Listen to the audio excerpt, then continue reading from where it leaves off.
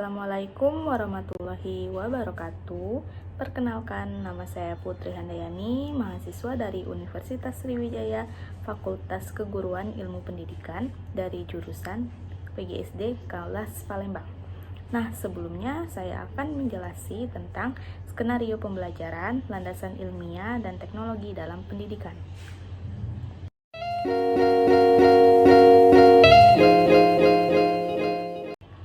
Sebelum kita masuk ke skenario pembelajarannya, terlebih dahulu kita harus mengetahui apa sih landasan ilmiah dan teknologi dalam pendidikan itu. Nah, istilah teknologi berasal dari kata Yunani yaitu teknologis. Tekni berarti seni, keahlian atau sains, dan logos berarti ilmu. Teknologi pendidikan dalam arti sempit merupakan media pendidikan, yaitu hasil teknologi sebagai alat bantu dalam pendidikan agar berhasil guna efisien dan efektif. Ada 6 hal kegunaan yang potensial dalam teknologi pendidikan, yaitu yang pertama, meningkatkan produktivitas pendidikan dengan jalan.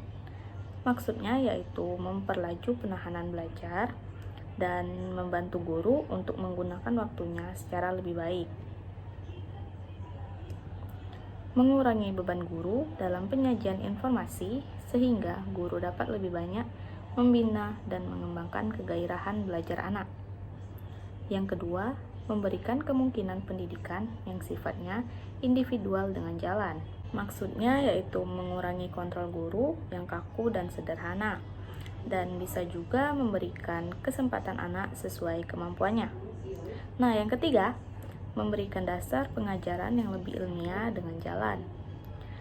Misalnya perencanaan program pengajaran yang lebih sistematik, bisa juga pengembangan bahan pengajaran yang dilandasi penelitian dengan perilaku. Nah, yang keempat ada lebih menerapkan pelajaran dengan jalan. Maksudnya di sini yaitu meningkatkan kapasitas manusia dengan berbagai media komunikasi. Bisa juga penyajian informasi dan data secara lebih konkret. Yang kelima, memungkinkan belajar lebih akrab.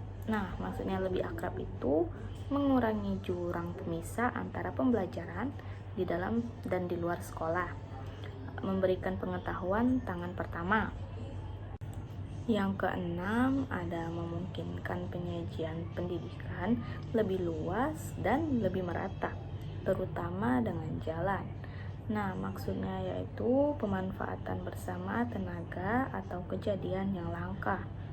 Penyajian informasi menembus batas geografi. Nah, selanjutnya ada manfaat ilmu pengetahuan dan teknologi yang melandasi pendidikan. Di sini ada 6 manfaatnya, yaitu yang pertama, mampu memberikan kesejahteraan lahir dan batin setinggi-tingginya. Yang kedua, mampu mendorong pemanfaatan pengembangan sesuai tuntunan zaman. Yang ketiga, mampu menjamin penggunaannya secara bertanggung jawab. Yang keempat, mampu memberi dukungan nilai-nilai agama dan nilai luhur budaya bangsa. Yang kelima, mampu mencerdaskan kehidupan bangsa. Dan yang keenam yang terakhir yaitu mampu meningkatkan produktivitas, efisiensi, dan efektivitas sumber daya manusia. Nah, tadi itu adalah video tentang penjelasan landasan ilmiah dan teknologi pendidikan. Selanjutnya kita masuk ke skenario pembelajaran landasan ilmiah dan teknologi pendidikan.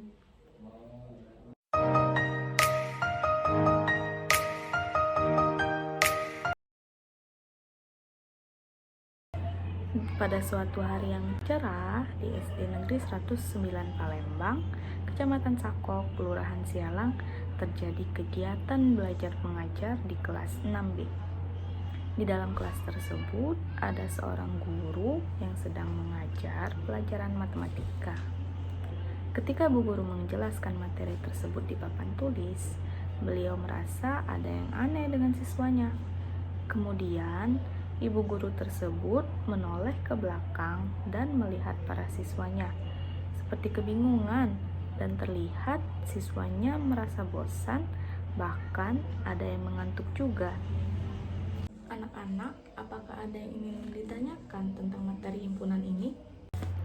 Semua siswa pun hanya terdiam mendengar pernyataan dari bu guru tersebut. Beliau pun bingung dengan apa yang terjadi dengan semua siswanya tersebut. Lalu, bu guru pun ingin memastikan sekali lagi apakah muridnya tersebut mengerti dengan apa yang saya sampaikan. Baiklah, kalau tidak ada yang ingin bertanya, maka ibu yang akan bertanya. Ibu akan menunjuk salah satu dari kalian untuk mengerjakan soal yang ibu berikan di depan. Dina, silakan maju ke depan. Baik, Bu. Dina pun maju ke depan untuk mengerjakan soal tersebut. Akan tetapi, setelah beberapa menit, Dina pun belum mengerjakan sama sekali soal tersebut.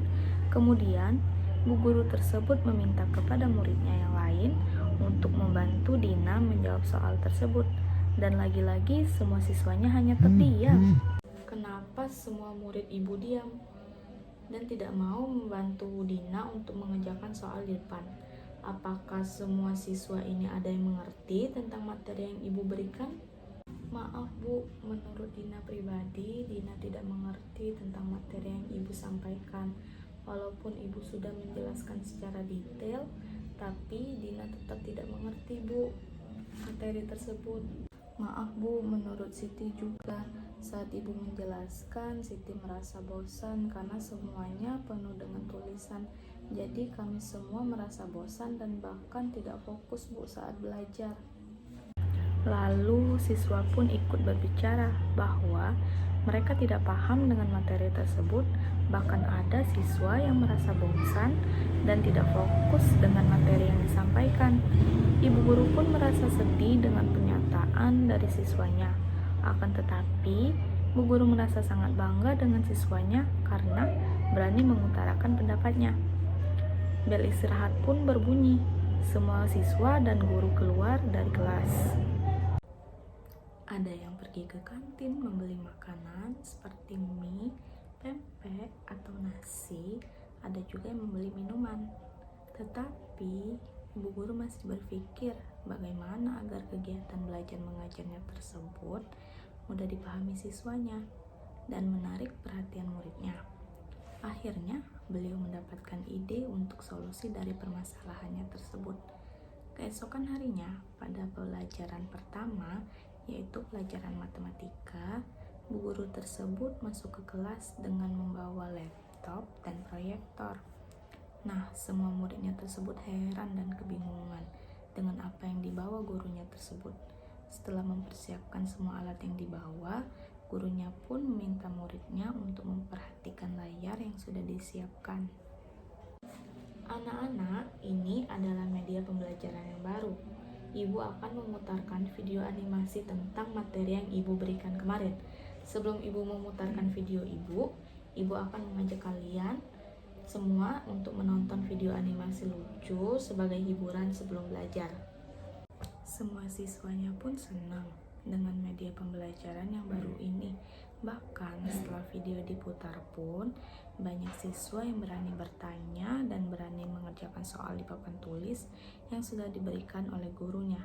Akhirnya, bel pun berbunyi dan pelajaran pun berakhir.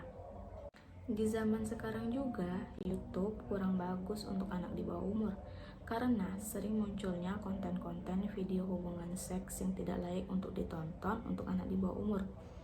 Karakteristik hubungan di lingkungan kecamatan sekitar Sako juga lumayan banyak anak SD bahkan anak-anak kecil yang setiap hari kegiatannya hanya bermain game di gadget, menonton video di YouTube.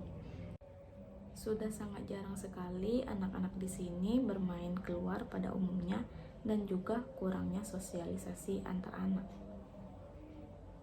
Baiklah, sekian video dari saya tentang penjelasan dan skenario pembelajaran landasan ilmiah dan teknologis dalam pendidikan. Mohon maaf apabila di video saya terdapat salah kata dan kepada Allah saya mohon ampun. Saya akhiri. Wassalamualaikum warahmatullahi wabarakatuh.